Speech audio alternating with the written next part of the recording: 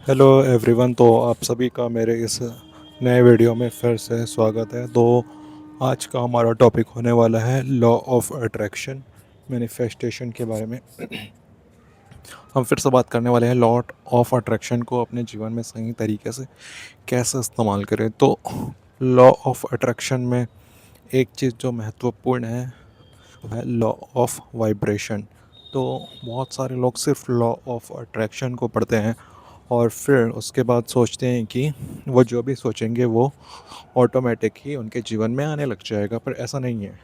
Law of attraction में एक महत्वपूर्ण नियम है जो उससे भी ज़्यादा महत्वपूर्ण है, वो है लॉ ऑफ वाइब्रेशन, यानी कि अपनी वाइब्रेशन सुधारना। यार देखो, लॉ ऑफ अट्रैक्शन में एक बात आती है कि प्रकृति ये नहीं देखता कि आपकी थॉट्स पॉजिटिव है या नेगेटिव। अब जो भी प्रबल विचार होते हैं, चाहे वो पॉजिटिव हो चाहे नेगेटिव, वो अपने आप ही आपके जीवन में आकर्षित होने लगते हैं। तो वर्तमान समय में परिस्थिति कुछ ऐसी हो गई है कि बहुत सारे लोग ना काफ़ी ज़्यादा नेगेटिव हो रखे हैं।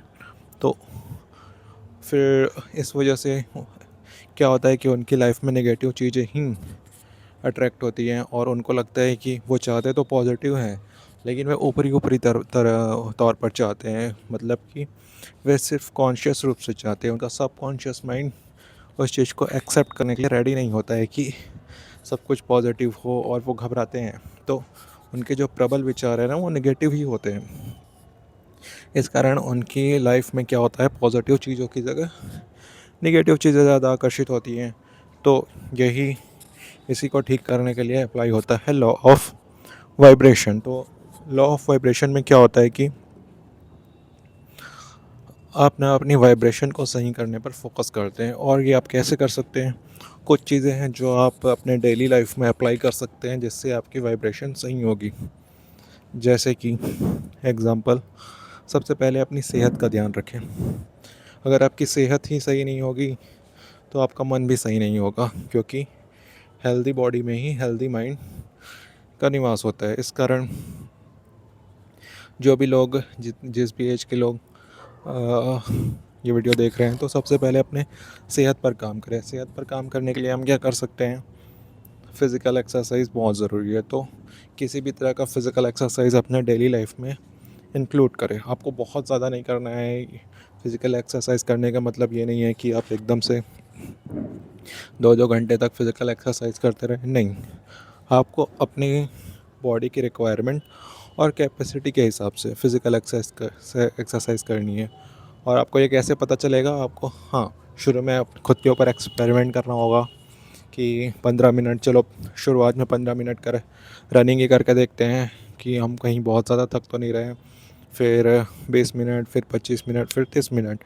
कुछ कुछ ये कोई यंग लोगों के लिए 30 मिनट रनिंग करना या 3-4 किलोमीटर रनिंग करना कोई बड़ी बात नहीं है। लेकिन जैसे जैसे आपकी एज ज़्यादा होती जाती है तो आपकी रनिंग स्टेमिना भी कम होने लगती है।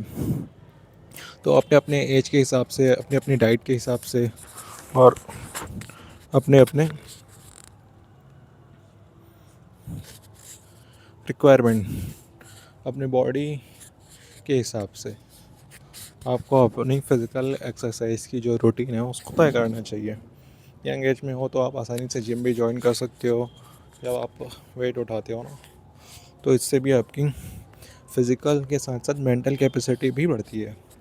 इस कारण अगर जो स्टूडेंट्स हैं जो कहीं बाहर जाते ही नहीं हैं, कुछ भी वेट वगैरह नहीं उठाते हैं, ऐसा कुछ काम ही नहीं करते हैं, जो गांव के लोग तो करते हैं, तो उनको ज़रूरत नहीं होती है जिम ज्वाइन करने की, क्योंकि वे दिन में या हफ्ते में कुछ ना कुछ ऐसा कर लेते हैं जो जिसमें उनको भारी वेट उठाना होता है। लेकिन जो शहर में रहते हैं जो बच्चे हैं, तो उनकी ज़रूरी हो जाता है कि वे जिम विम ज्वाइन करें। अगर पॉसिबल हो तो, नहीं पॉसिबल है तो रनिंग से भी आपका काम हो सकता है। तो पहला तरीका ये हो गया, आपको अपनी वाइब्रेशन हाई करनी है तो फिज़िकल एक्सरसाइज पर बहुत ध्यान, फिज़िकल एक्टिविटी पर बहुत ध्यान देने की ज़रूरत है। इससे क्या होता है, फ़िज़िकल एक्टिविटी करने के बहुत फ़ायदे हैं। एक तो आपकी हेल्थ में सुधार होता है। आप थोड़ा बहुत ही अच्छा खा के अपने आप को फिट रख सकते हैं। बहुत लोग बोलते हैं कि बहुत ज़्यादा एक्सपेंसिव डाइट लेने की ज़रूरत है, तो मुझे ऐसा नहीं लगता। बहुत ज़्यादा एक्सपेंसिव डाइट की ज़रूरत नहीं होती है। आप थोड़ा बहुत भी अच्छा खाकर अपनी जो न्यूट्रिशन है उसको पूरा कर सकते हैं। दूसरा, जब आप फिज़िकल एक्टिविटी करते हैं तो आपके माइंड में बहुत सारे क्रिएटिव थॉट्स और पॉजिटिव थॉट्स खुद आने लगते हैं, क्योंकि एक हार्मोन रिलीज़ होता है फिज़िकल एक्टिविटी करने से, जो कि हमको पॉजिटिव रखता है। तो ये एक पहला पॉइंट हो गया। मैं इस पर और डिटेल में बना सकता हूँ, पर अभी मैं सारे पॉइंट्स को कवर करना चाहता हूँ, इसलिए इस पॉइंट को इतना ही रखते हैं।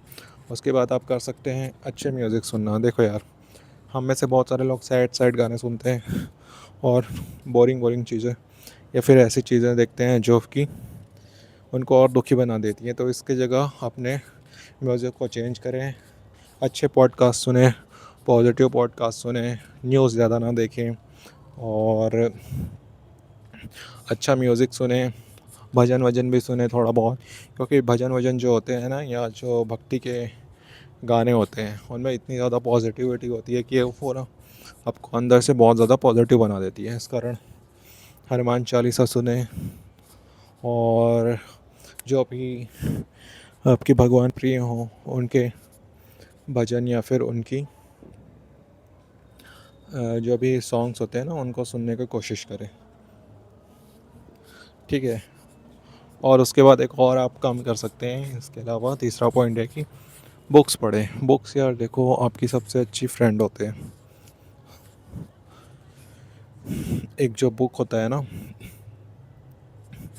बुक्स में ऐसी ऐसी बातें होती हैं सेल्फ डेवलपमेंट की, खुद के ऊपर और अपने आसपास के एनवायरनमेंट और लोगों के बारे में। प्लस एक जो बुक होता है ना, वो एक ऑथर की बहुत मेहनत के द्वारा लिखा गया होता है, तो उसमें आपको पूरा निचोड़ मिल जाता है बहुत सारी अच्छी अच्छी बातों का, पॉजिटिव बातों का। और साथ में अगर उसमें नेगेटिविटी भी कुछ मिलती है तो आप उससे सीख सकते हैं कुछ ना कुछ। तो इस तरह बुक्स जो भी है ना, वो भी आपको काफ़ी